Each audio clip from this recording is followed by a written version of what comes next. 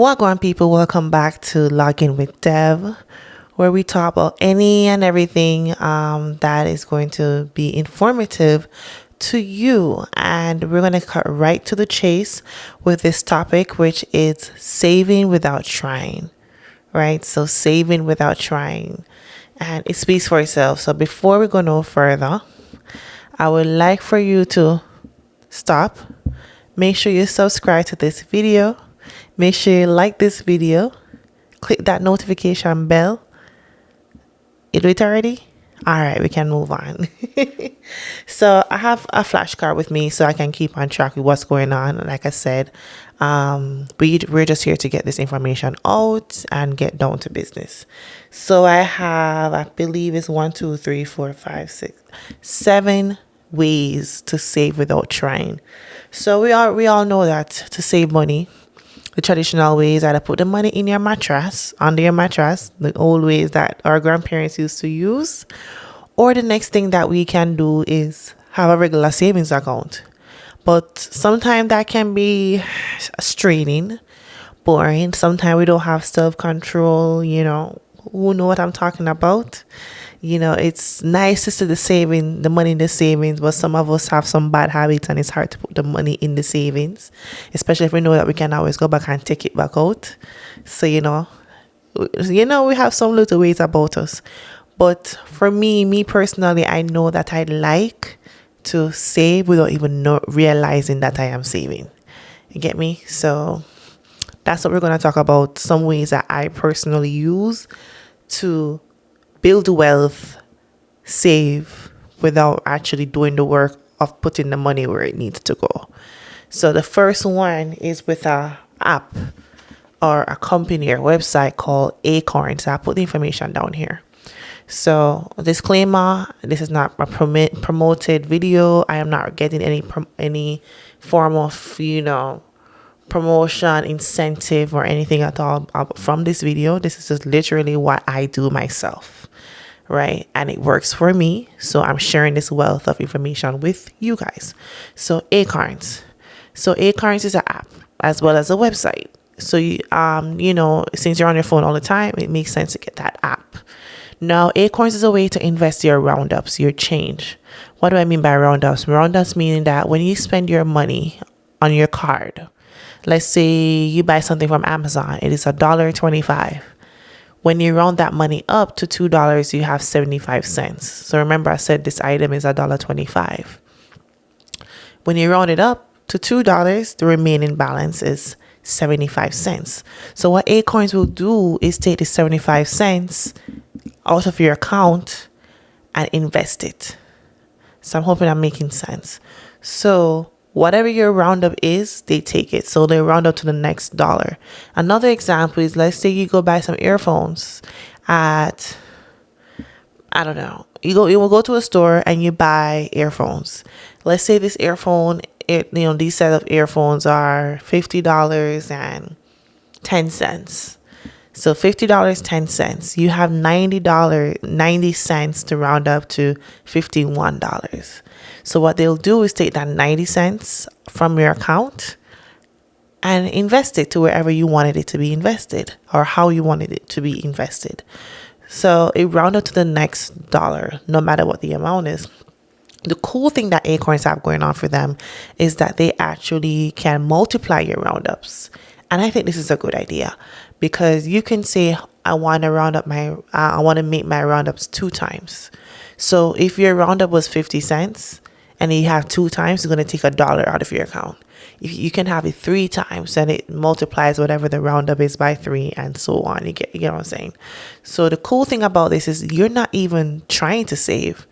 As you were spending your money online shopping, actually in the store shopping, paying bills, whatever it is that you're spending money in, whichever way, as long as you register those bank cards or credit cards or whatever it is, they're going to round up. And in your account, how it shows up on your statement it's going to show the roundup amount, so these are ways that you can save money little by little, because be honest, how many times are you going to see $1? Are you going to notice $1 is missing out of your account?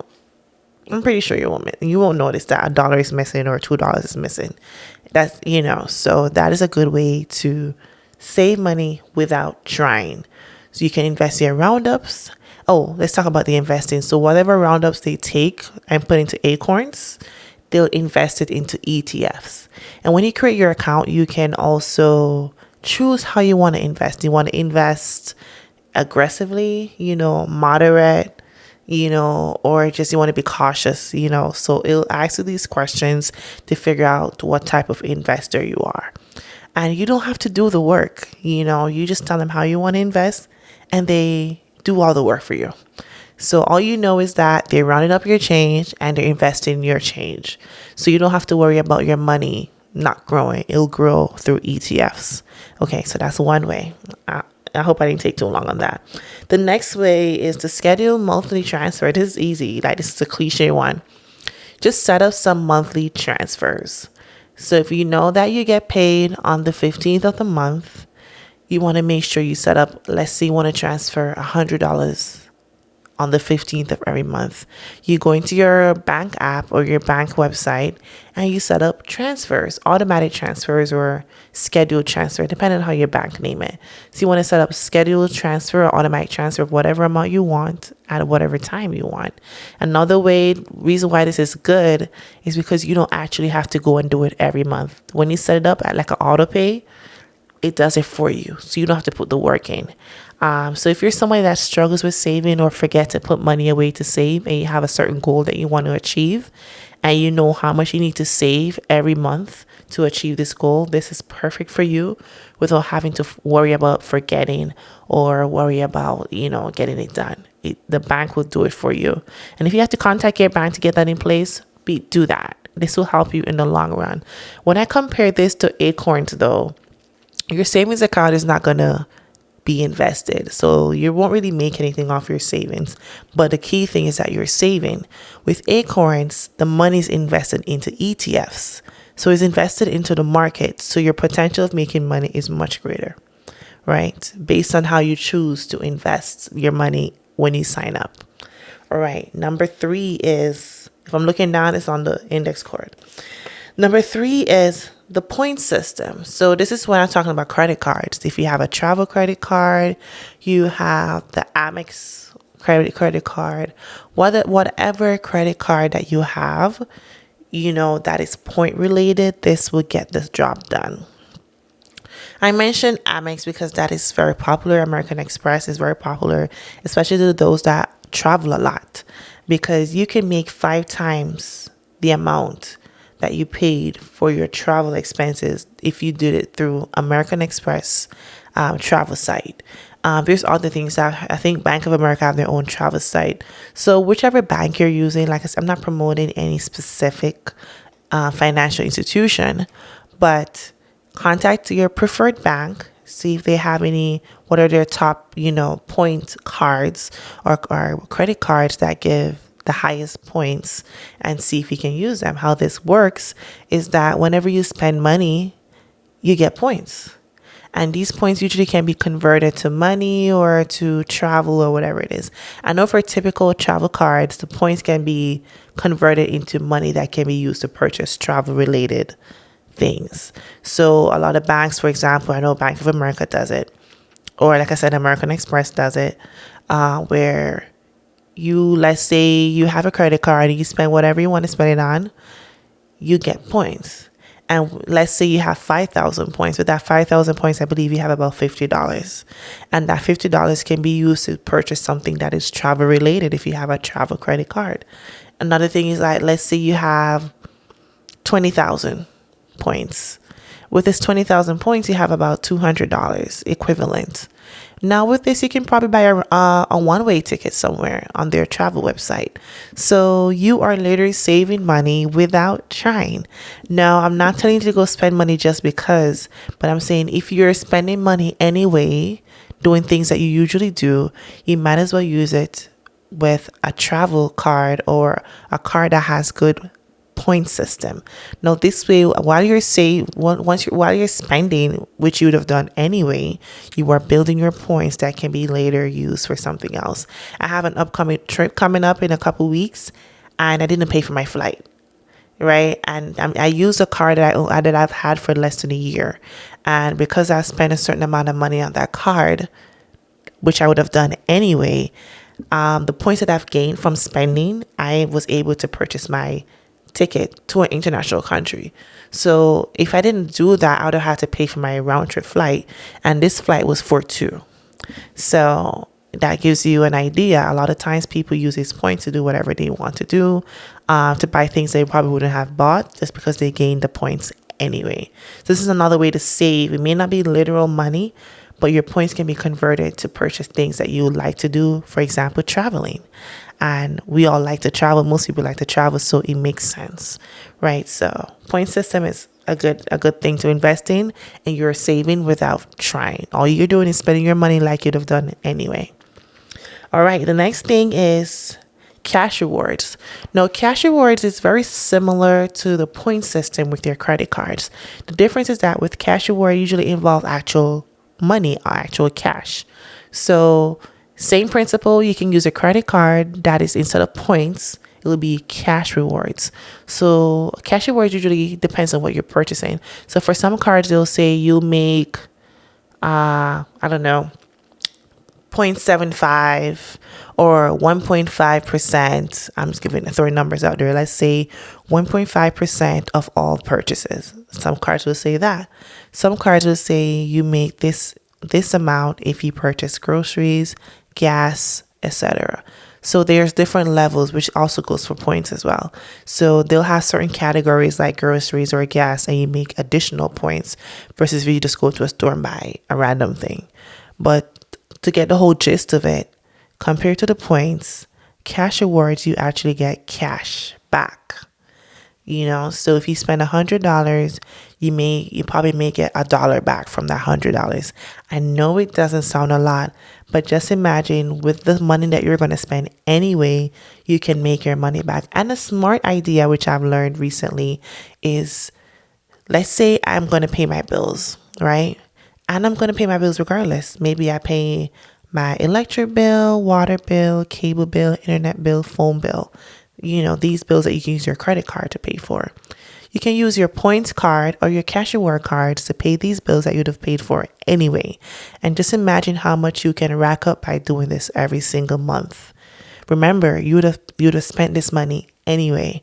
So why not use it on something that you can get points from or cash rewards from? You're literally saving without trying, right? And by the end of the year, 12 months later, you may have $100 worth of points, $200 worth of points. It all depends on how much you're spending.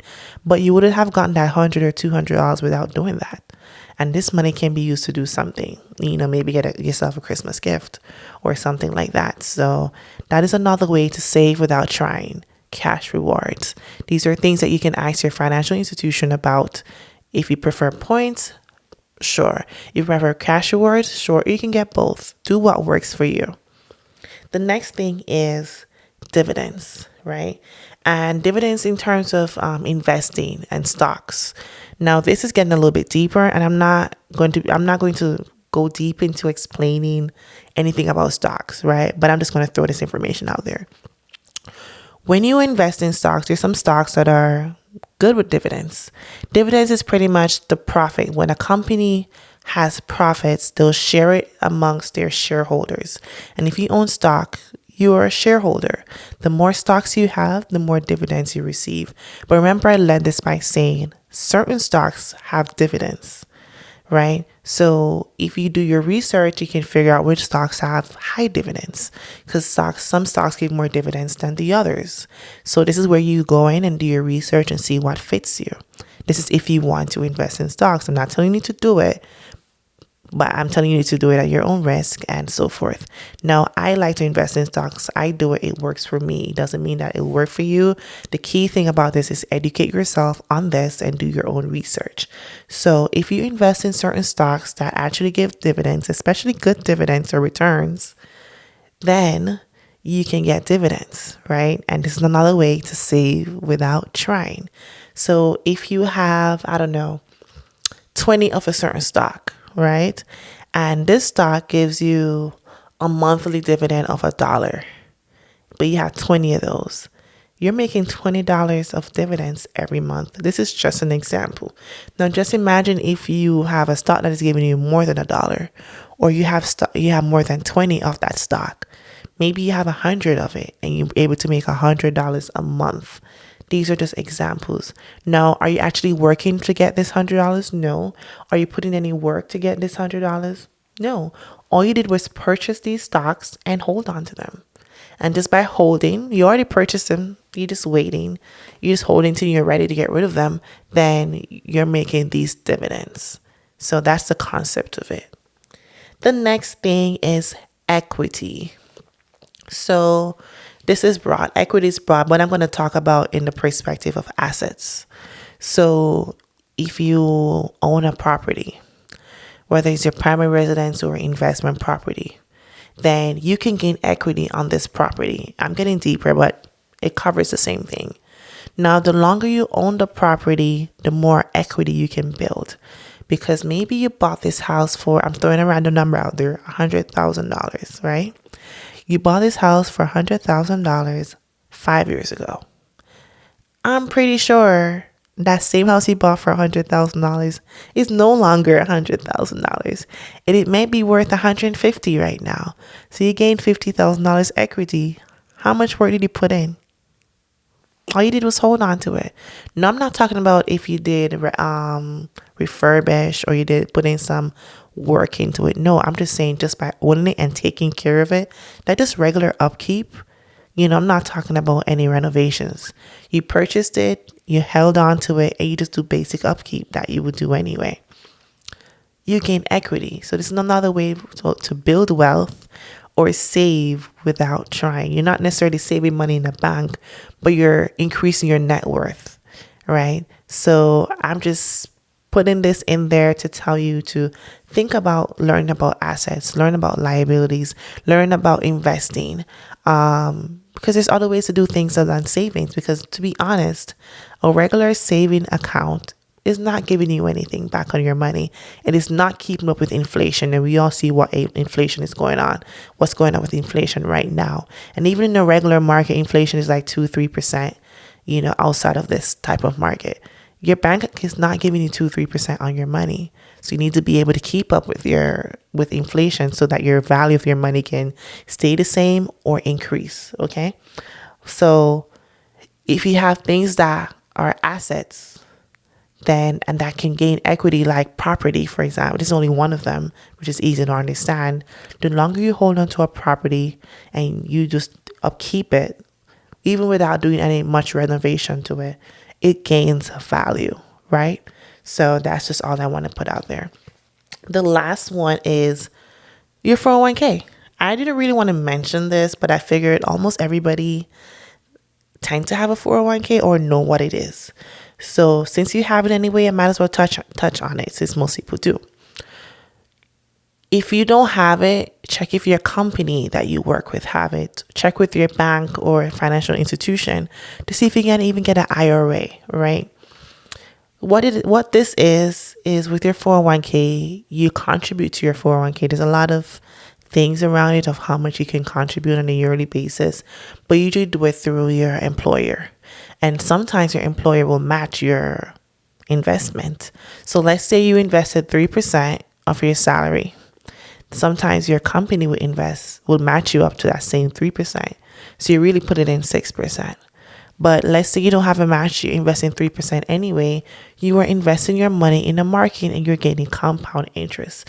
Now, compound interest is when you have money and you gain interest on that money. And then you gain interest on that interest and that money. So, it's a cycle. So the more money you have, as you gain interest, you're adding more money on top of your money. And the good thing about compound interest, it also you also add interest on your interest, right? So your money is continuously growing. So you may start off with maybe you're 20 years old and you have, my numbers are not going to be correct. I'm just throwing numbers out there. But there's a lot of calculators you can find on Google. You're 20 years old, you invested $10,000. I'm just throwing this out there. You invested $10,000 by 20 years old. By 30, you can double that, triple that without even adding additional money to it. So it invested in the market and you increased your money. Did you actually put in the work? No, right? And a lot of times when you sign up with your employer for this, it is automatically done without you having to do anything. And then let's say you stopped working after, let's say 5 years, you stopped working, the money that's in your 401k will continue to build unless you moved it and put it somewhere else, right? But all of this is dependent on the type of investor you are. Are you aggressive, moderate, so forth? Aggressive investors may make more money, but there's also a higher risk. So that's for you to do your research, right? So it depends on you, your personal preference, and so forth. So this covers all 7 of ways to save without trying. I hope you guys really enjoyed this video. Don't forget to like, subscribe, and share this video and click that notification bell. I'll have all these details and information listed below in the descriptive box. And thank you for tuning in. All right, guys. Thank you. Peace.